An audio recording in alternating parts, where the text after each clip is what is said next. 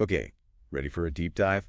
Today, it's inventory control systems. Really fascinating stuff. You think spreadsheets. Is that really exciting? But it's more than that, right? Oh, yeah. It's like the whole game is changing, strategies, tech, the whole thing. Totally. And you hear all about companies, going big or going home, Yeah. but you never hear about how important it is to have the right stuff. At the right time. Exactly. In the right place. Like it's make or break. Totally. So for those of us who maybe haven't spent as much time thinking about supply chains and logistics, Right.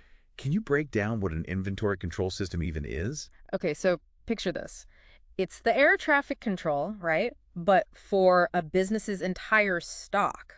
So every single item Wow. from when it's made to when it gets to your customer's doorstep. Okay. It's about always having enough, right? But not too much. Right. So you don't have a warehouse full of stuff nobody wants. Like fidget spinners, remember those? Yeah, exactly. Things change so quickly. How do these systems help companies keep up with how much demand there is? So that's where it gets really interesting, right?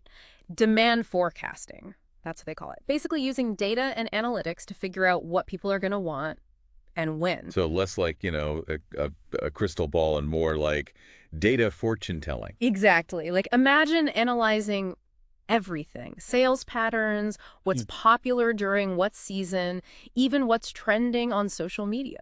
Wow. So back up a little bit before we get into AI and algorithms and all that. Right. What are the different types of inventory control systems? Okay, so you've got your manual systems, which is exactly what it sounds like. Yeah. Spreadsheets, clipboards, the whole 9 yards. Hey, if it works, it works. Yeah, for sure. For small businesses, it's great. But, as things grow, all those products and orders, it's just, it's like, can you imagine trying to conduct a whole symphony orchestra with just like spoons? Okay, yeah, I get it. Right. But what's the next step up from our spreadsheet orchestra? Okay, so picture this. Automated systems, right? So it's software and it talks to your point of sale system, tracks everything in real time, All right. even orders more stuff when you're running low. That's amazing. No more panic attacks at the last second. Exactly. What about just in time? I feel like I hear about that a lot. JIT. Yeah, JIT. Is that too risky? It's definitely not for everyone. It's, high risk, high reward. Right. It means you get goods only when you need them, exactly when. So you're not warehousing a bunch of stuff and hoping it sells. You're just hoping it gets there on time. yeah, hoping your supplier is really on top of it. Right. Imagine a company that makes furniture, right? Custom stuff. Right. They wouldn't even think about ordering the materials until someone's like, hey, I want this specific thing. That's amazing for cutting down on waste. Right. Exactly.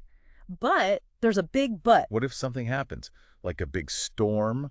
Or pandemic. Exactly. Then you're stuck. You're playing chicken with your supply chain a little. Exactly. That furniture company we were talking about.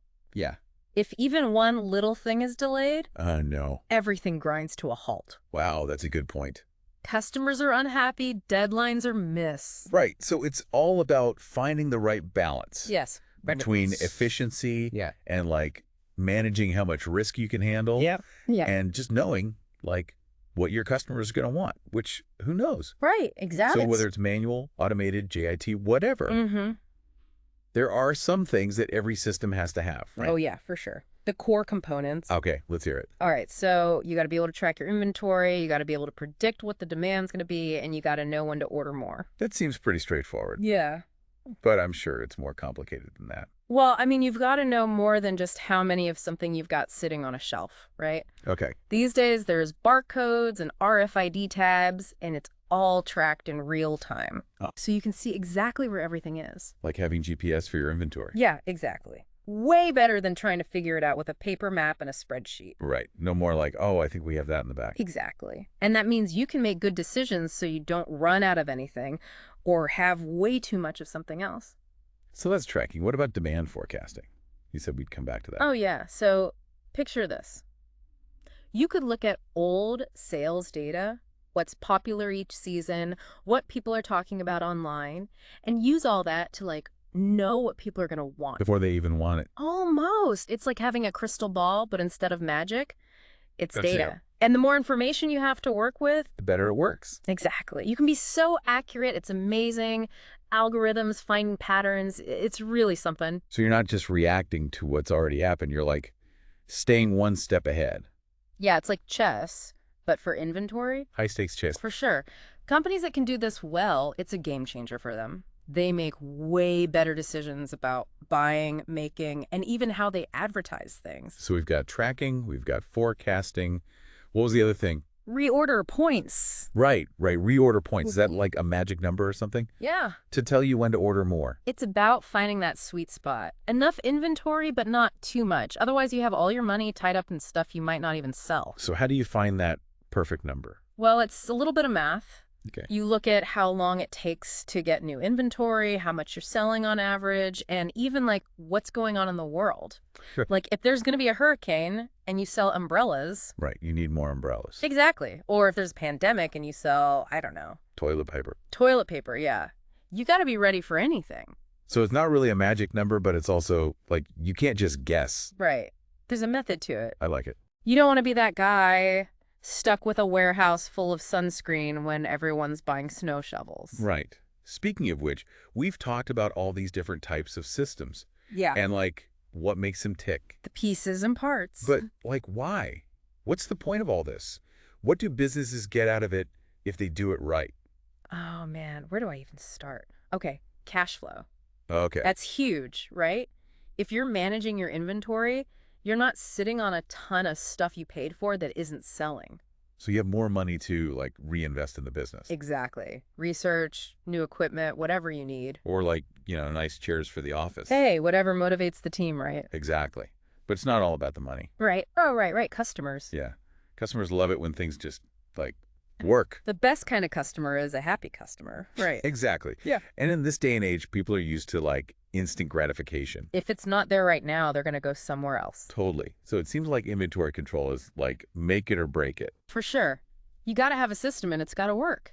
But getting those systems up and running, especially when a business is growing really fast. That's going to be hard. Right? It's not easy. I mean, first of all, you got to figure out what technology is even right for you and what you can afford. Right, because there's like simple stuff. Spreadsheets. Yeah. But then there's the big guns. Yeah, the crazy software. ERP, that's what they call it. So how do you even choose? Right. And then even if you've got great tech, you got to make sure the information you're putting in is right. Oh, right. The data. Garbage in, garbage out. Right. Totally makes sense. You got to be organized, have good processes, train your people. So even if you've got all the fancy robots and computers, it still comes down to people. Always.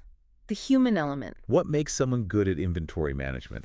Okay, so first of all, you got to be organized. Like really organized. Type A, like color coding your color-coded folders. Wow.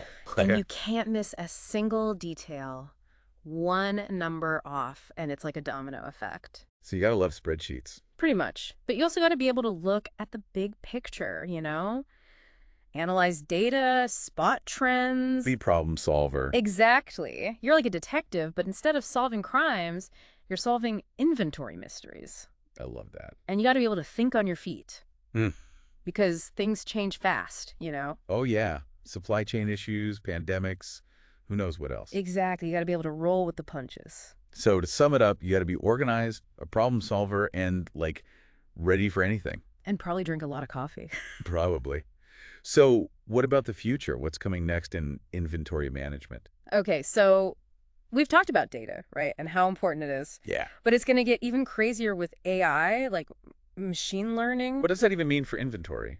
It means imagine a computer that can not only predict what you need, but it can just, order it for you. No way. Yes. And find the best shipping routes, and even, warn you if there's going to be a problem. So it's like inventory management on autopilot? Basically. And that's just the beginning.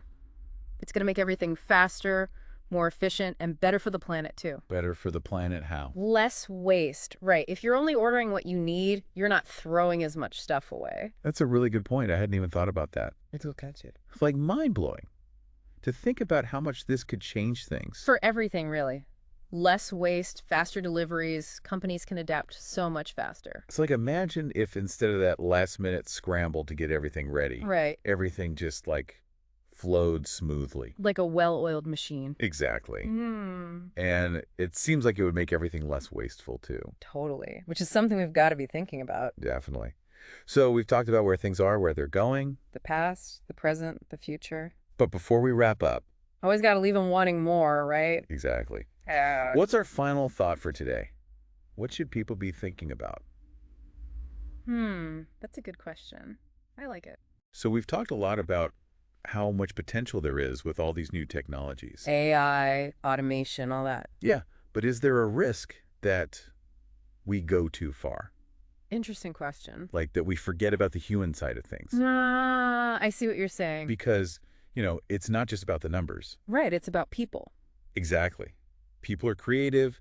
They can solve problems in ways that computers can't always. Totally. It's about finding that balance, right? Yes. Like, how do we use technology to make us better at what we do? Instead of replacing us altogether. Exactly.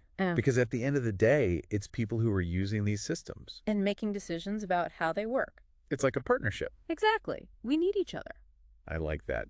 Well, this has been fascinating. I really enjoyed it. It's amazing to think about how much goes into something like inventory control. Right. Most people don't even realize it. It's like the behind-the-scenes stuff that keeps the whole world running. Totally. Without it, everything would fall apart. So, to everyone listening, thanks for sticking with us on this deep dive into the world of inventory control. We hope you learned something new. And who knows, maybe this will inspire you to, go organize your closet or something. Hey, everyone's got to start somewhere, right? Exactly. Until next time, keep those shelves stocked and those orders flowing.